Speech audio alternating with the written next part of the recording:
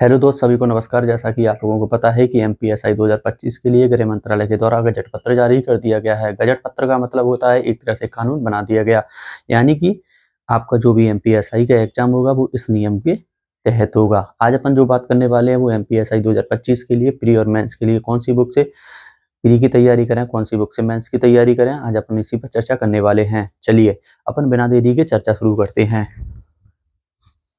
अपन पहले प्री और मेंस के बारे में थोड़ा जान लेते हैं। वैसे तो आप सभी को पता होगा कि प्री में कौन से टॉपिक आ रहे हैं, मेंस में कौन से टॉपिक आ रहे हैं, फिर भी अपन संक्षेप में थोड़ी बात कर लेते हैं मेरे दोस्त।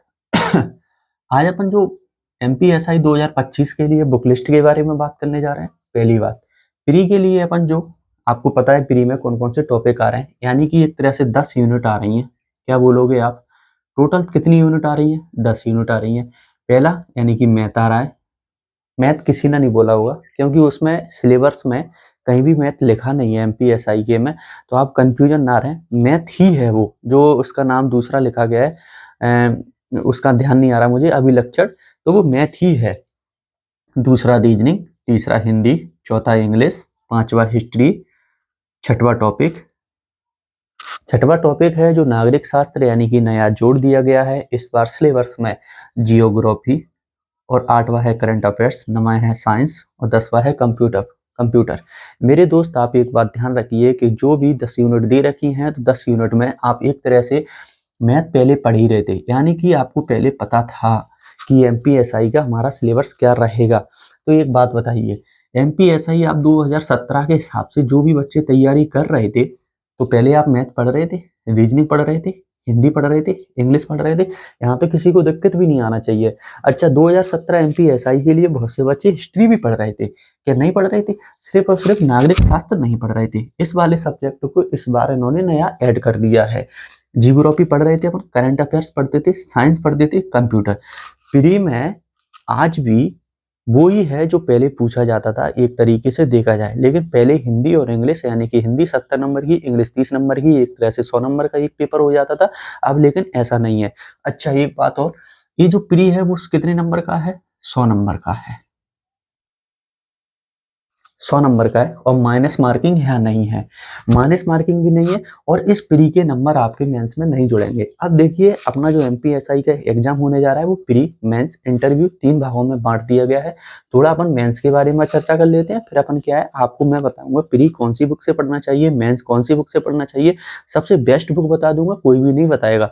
दूसरी वीडियो में आप लोगों के लिए मैं कोचिंग भी बता दूंगा, किस कोचिंग से किस टॉपिक को पढ़ना चाहिए, किस टॉपिक को किस कोचिंग से नहीं पढ़ना चाहिए। चलिए अपन मेंस की बात कर लेते हैं। मेंस अपना 600 नंबर का होने वाला है। कितने का? मेंस अपना होगा 600 नंबर का। मेंस में अपने दो पार्ट बांट दिए गए, पार्ट ए और पार्ट बी। पार्ट ए में एक तरह से पार्ट खा, भाग का। पार्ट ए को भी दो भागों में बांट दिया गया है, भाग का और भाग खा। भाग का जो यानी कि पहला पेपर, पार्ट ए के दो पार्ट हैं, यानी कि भाग का और भाग खा, यानी कि भाग का भी 150 नंबर का है और भाग खा भी 150 नंबर का है। टोटल कितना हो गया? यानी कि टोटल हो गया आपका 300 नंबर का।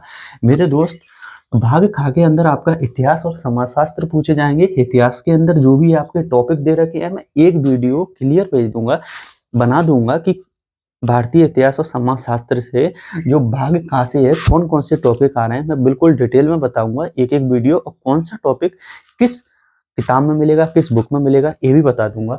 और भारतीय संविधान भाग खा में ये भी हो गया आपका। कितने का हो गया? ये पूरा एग्जाम आपका 350 नंबर का हो गया। अब अपन चलते हैं पार्ट बी में। पार्ट बी में भी दो भाग बना दिए गए हैं, भाग खा और भाग का। भाग खा भी है ना, भाग का यानी कि एक तरह से भाग का है ना जो आपका 150 नंबर का आना है, भाग खा भी 150 नंबर का आना है। भाग खा के अंदर कंप्यूटर, करंट अफेयर्स, भारतीय अर्थव्यवस्था, तकनीकी, टेक्नोलॉजी, पर्यावरण, करंट अफेयर्स, ये सारे ये मिक्स है एक तरह से पेपर। 150 नंबर का जो भी पूछा जाएगा एक तरह से ये मिक्स है। अब दूसरा भाग का चलते हैं, मैथ और रीजनिंग। प्योर मैथ रीजनिंग पूछा गया है। मैथ रीजनिंग के अंदर मैथ में एक टॉपिक जोड़ दिया गया है, वो स्टैटिक्स जोड़ दिया गया है, डीआई भी जोड़ दिया गया है, प्रोबेबिलिटी भी आएगी, यानी कि कंप्लीट मैथ आएगा, कंप्लीट रीजनिंग आएगी। चलिए, आज अपना जो वीडियो का उद्देश्य है बात करने का, वो बुक लिस्ट के बारे में। मैं आपको बुक बता देता हूँ, प्री की तैयारी कहाँ से करें, मेंस की तैयारी कहाँ से करें। चलिए, मेरे दोस्त आज जो अपन बात करने वाले हैं वो प्री की तैयारी कौन सी बुक से करें, मेंस की तैयारी कौन सी बुक से करें। बहुत से सारे बच्चों का एक कंफ्यूजन है कि प्री की तैयारी हम कौन सी बुक से कर लें, मेंस की तैयारी कौन सी बुक से कर लें। चलिए अपन इसका आंसर देते हैं। पहले का मैं आंसर क्या दे रहा हूँ, उत्तर दे रहा हूँ आपका। मेरे दोस्त प्री की तैयारी है ना, प्री की तैयारी जहां से भी आप कर रहे थे ना,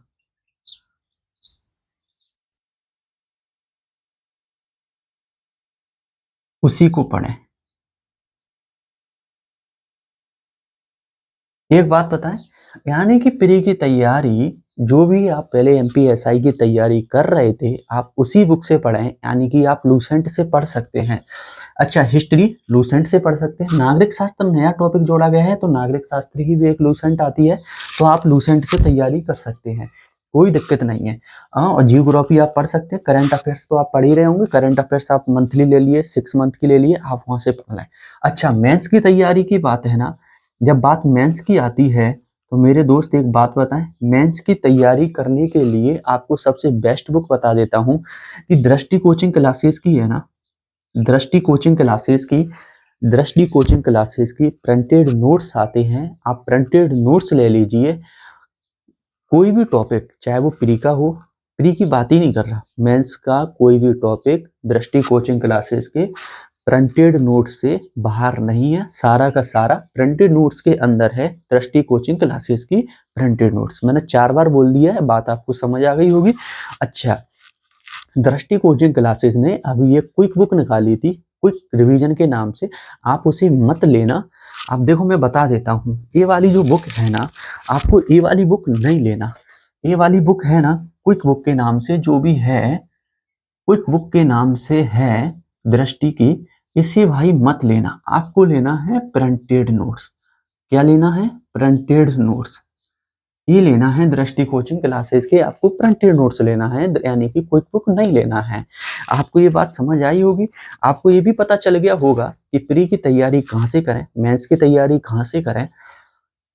बुक वाली बात है, मैंने आप बुक क्लियर बता दिया, प्रिंटेड नोट्स दृष्टि कोचिंग क्लासेस के, इससे बाहर मेंस का एक भी टॉपिक बाहर नहीं है।